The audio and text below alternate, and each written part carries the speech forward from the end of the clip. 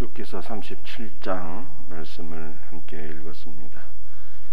엘리후의 마지막 말이 기록된 말씀이고요. 엘리후가 욥과 세 친구들의 변론을 인내함으로 듣다가 더 이상 참지 못하여서 말을 하게 되는데, 욥기서 32장부터 얘기를 하게 되죠. 2, 3, 4, 5, 6, 7 6장에 걸쳐서 한 번도 쉬지 않고 스트레이트로 쫙 말하고 있는 것을 우리가 보게 됩니다. 엘리후가 욥과 세 친구들에 비해서 나이가 연소함으로 말미암아 감히 끼어들지 못하고 말하고 싶은 것을 억누르다가 마침내는 더 이상 참지 못해서 화를 바라면서 그동안 하고 싶었던 말들을 다 쏟아내는데, 장장 6장에 걸쳐서 이렇게 얘기하고 있는 것을 볼 수가 있습니다. 엘리후는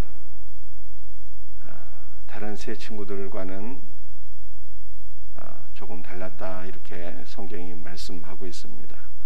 엘리후 역시 구약시대에 속한 사람이라 믿음이 온전히 장성하지를 못했고 율법주의에 갇혀 있었지만, 그는 다른 욥의 세 친구들과는 달리 율법주의에 갇혀 있었을지라도 그 믿음의 사람이었다라는 것을 성경에 말씀하고 있어요. 중보자 예수 그리스도의 속전을 말하며 그의 핏값으로 말미암아 하나님께서 우리를 회복시켜 주시는 놀라운 은혜를 말씀하고 있습니다. 또한 오늘 본문에서는 마지막 우리가 이 엘리후의 말씀 37장 말씀을 통해서는 그가 하나님의 창조의 역사를 언급하게 됩니다.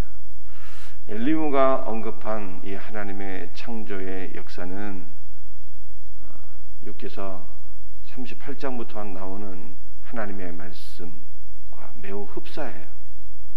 하나님께서 욥에게 창조의 역사를 설명하시면서 네가 이 모든 것을 알고 있느냐 묻게 되죠.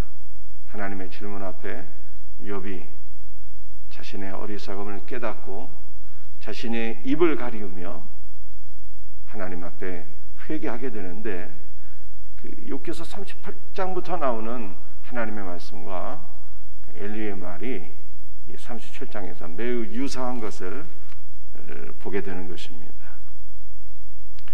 어떠한 말들인지 몇 절만 잠깐 살펴볼 수 있도록 하겠습니다. 15절 말씀입니다.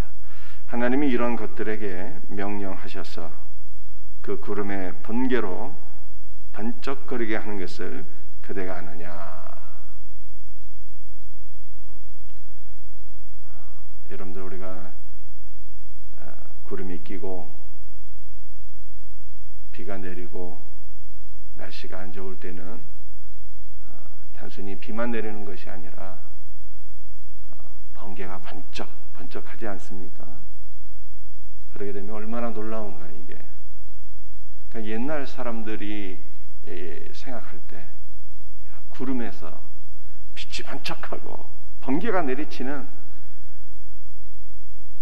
이러한 현상들, 어떻게 하늘에서 저렇게 빛이 번쩍번쩍 거릴까 도저히 이해할 수 없는 일인 것이죠. 구름에서 번개가 번쩍거리는 일들이 왜 일어나는지 네가 알고 있느냐. 하나님께서 창조하셨고 하나님께서 명령하셨기 때문이다. 이렇게 말씀하고 있어요. 16절, 그대는 겹겹이 쌓인 구름과 완전한 지식의 경이로움을 아느냐.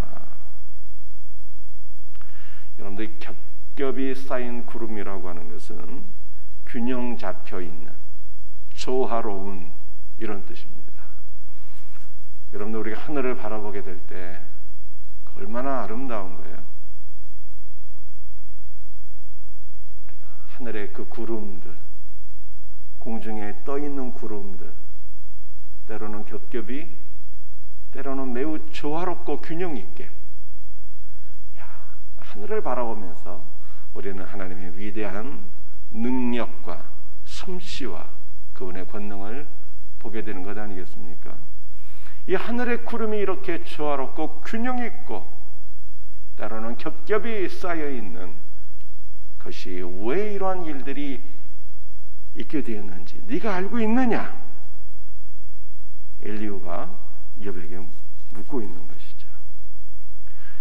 하나님께서 이렇게 하셨다. 하나님께서 창조하신 일이었고 하나님께서 이 모든 것을 명하셨다. 그런데 하나님의 이 놀라운 오묘한 창조의 역사를 네가 알고 있느냐? 이렇게 묻고 있는 거예요. 17절 말씀이죠. 땅이 고요할 때에 남풍으로 말미암아 그대의 의복이 따뜻한 까닭을 그대가 아느냐 묻고 있습니다. 17절에 말씀하고 있는 남풍이라고 하는 것은요,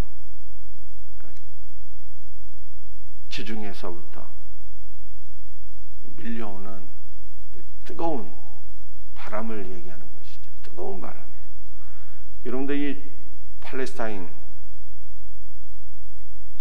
인근에 뜨거운 바람은요, 대단하죠.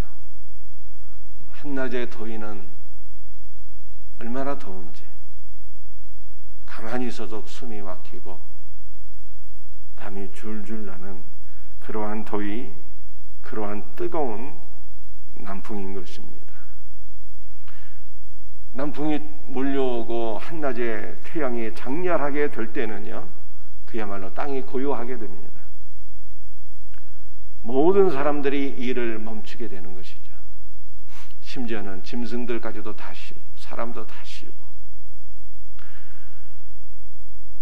이 놀라운 역사를 네가 알고 있느냐는 거예요. 남풍이 어디서부터 몰려오는지, 그 뜨거운 남풍이 누가 창조하셨는지, 뜨거운 남풍이 몰려올 때 이 땅이 고요하고 모든 생명체들이 다 쉬게 되는데 이 놀라운 역사가 어떻게 일어나는 것인지 네가 알고 있느냐 묻고 있는 거예요. 18절 말씀입니다. 그대는 그를 도와 구름장들을 두들겨 넓게 만들어 녹여 부어 만든 거울같이 단단하게 할 수 있겠느냐. 여러분들 이 18절에 나타난 구름장들은 하늘의 궁창을 의미하는 것입니다. 고대 사람들은 하늘의 궁창이 마치 두텁고 넓게 두들겨 만든 이 금속판과 같다는 거예요. 금속판, 두들겨서 넓게 만든 금속판과 같은데 이 금속판에, 이 금속판 위에 엄청난 물이 담겨 있다고 그렇게 생각했어요. 그런데 이 하늘의 궁창 넓게 두들겨 만든 금속판과 같은데 이 금속판에 창이 있다는 것이죠. 그래서 하늘 궁창에 창문이 열리게 되면 하늘로부터 엄청난 비가 쏟아져 내리는 것으로 그렇게 이해를 한 거예요. 그래서 엘리후가 묻습니다. 하늘의 궁창이 두들겨서 넓게 펴서 만든 금속판과 같은데 이 금속판에서 쏟아져 내리는 이 비, 이 놀라운 창조의 법칙을 네가 알고 있느냐? 엘리후가 묻는 거예요. 너는 이와 같은 창조의 원리도 깨닫지 못하면서 어찌 하나님의 오묘하신 섭리를 네가 알 수 있겠느냐? 이렇게 말씀합니다. 여러분들 그동안 욥이 하나님께 어떠한 마음으로서 항의하고 원망한 것입니까? 욥과 세 친구들의 논리는 사실 동일한 것이었고 단순한 내용이었어요. 권선징악이죠. 인과응보의 법칙입니다. 선을 행하면 그에 합당한 복을 받고 악을 행하면 그에 합당한 벌과 심판을 받게 된다. 이러한 구조였어요. 그런데 욥은 아무리 생각해봐도 자신이 하나님 앞에 벌을 받고 심판을 받을 만한 일을 한 적이 없거든요. 그래서 하나님 앞에 따지듯 질문한 것입니다. 하나님 어디 계십니까? 공의의 하나님께서 나의 삶을 살펴보시고 판단하지 아니하십니까? 나는 하나님 앞에 심판을 받을 만한 일을 하지 않았는데 왜 나에게 이와 같은 고난이 온 것입니까? 단순 구조로 질문한 거예요.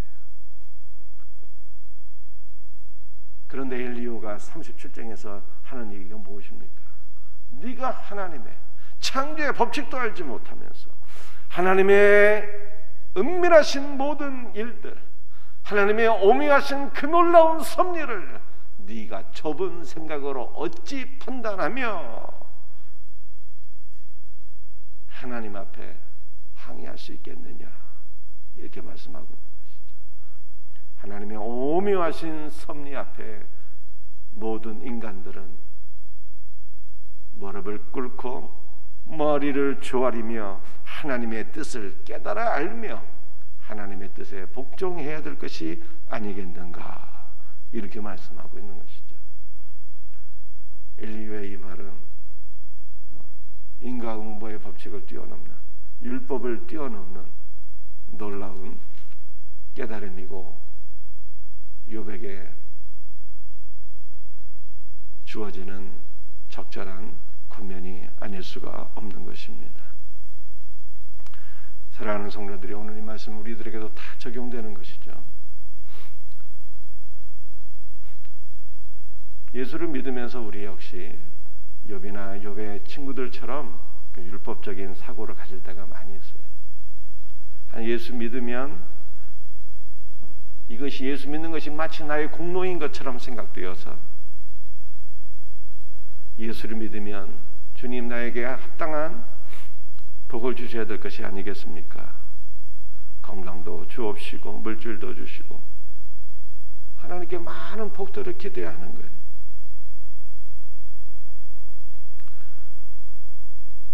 율법적인 사고들입니다. 예수를 믿는 것이 마치 하나님의 은혜가 아니라 나의 공로인 것처럼 주장하는 거예요. 이것이 마치 나로 말미암아 이루어진 일이요, 자기의 공로요, 자기의 의로 생각해서 하나님 나에게 합당한 이러한 것들을 해주세요, 요구합니다. 그런데 때론 그런 일들이 오지 않게 될 때, 하나님께서 우리에게 기대하신 은혜와 복들을 주지 아니하실 때 우리도 욥처럼 원망하게 돼요. 그러나 이러한 모든 일들에 있어서 하나님의 섭리를 깨달으라는 거예요. 네가 하나님의 창조의 법칙도 알지 못하면서 하나님께서 우리를 향하신 모든 일들, 계획들, 섭리들을 네가 어찌 알 수 있겠느냐. 그러므로 너의 생각과 하나님의 생각이 일치하지 않을 때 우리는 마땅히 하나님 앞에 무릎 꿇고 하나님의 뜻 배우기를 간절히 소원해야 할지라, 이렇게 말씀하고 있는 것이죠. 사랑하는 성도들이요, 성경 무엇을 말씀하고 있습니까? 하나님의 뜻은 인간의 생각과는요 엄청난 차이가 있다는 것이죠. 마치 하늘이 땅보다 높은 같이 하나님의 뜻이 우리의 뜻과 그렇게 차이가 난다는 거예요. 우리는 항상 승리와 번영과 복을 원하지만 하나님의 뜻은 우리의 뜻과 같지 아니하니 때로는 고난을 주시기도 해요. 왜 고난을 주십니까? 왜 고난을 주실까요? 더 하나님을 사랑하라고, 더 하나님을 의지하라고, 간절히 기도하라고, 그래서 우리 안에 그리스도 예수의 형상이 이루어지도록 하기 위하여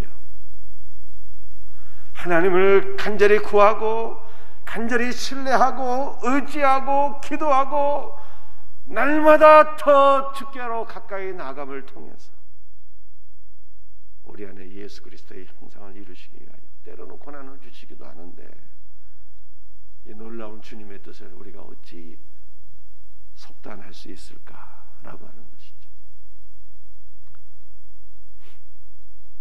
인간은요 간사한 존재이거든요.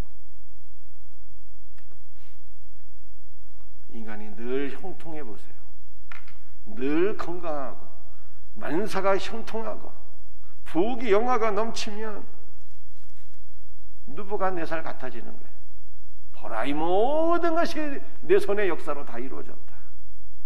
자기가 하나님인 줄 알아. 자기가.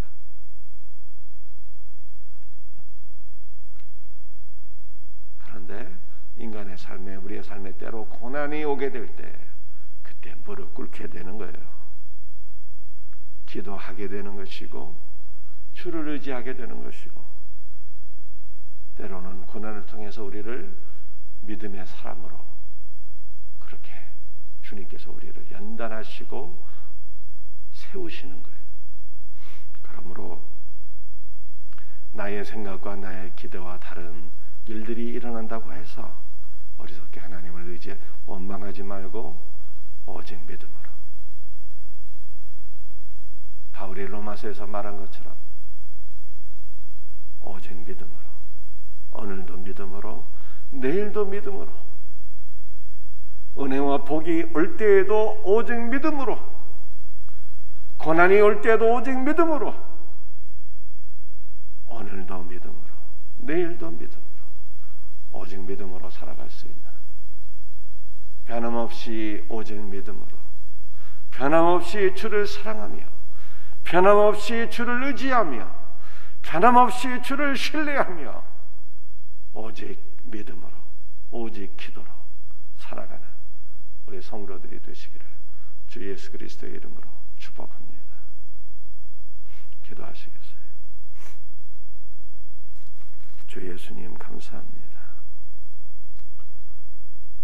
하나님의 섭리와 계획을 우리 좁은 인간의 생각으로 다 할 수 없으니 하나님께서 은혜와 복을 주실 때도 오직 믿음으로 감사하며 기도하게 하시고 우리의 생각과 다른 고난이 혹시 있게 될지라도 하나님의 섭리를 우리가 다 깨달아 알 수 없사오니 하나님께서 우리 안에 그리스도 예수의 형상을 이루시는 것으로 믿고 오직 믿음으로 주를 신뢰하며 감사함으로 기도함으로 주님께 날마다 더 가까이 나아갈 수 있는 우리 복된 성도들 되게 하소서. 주의 보혈로 우리를 덮어주시고 주의 성령으로 우리를 충만하게 하옵시며 오늘 새벽도 간구하는 모든 것들을 주께서 들으시고 응답하여 주시옵소서. 모든 것을 감사하고 거룩하신 예수 그리스도의 이름 받들어 기도드리옵나이다.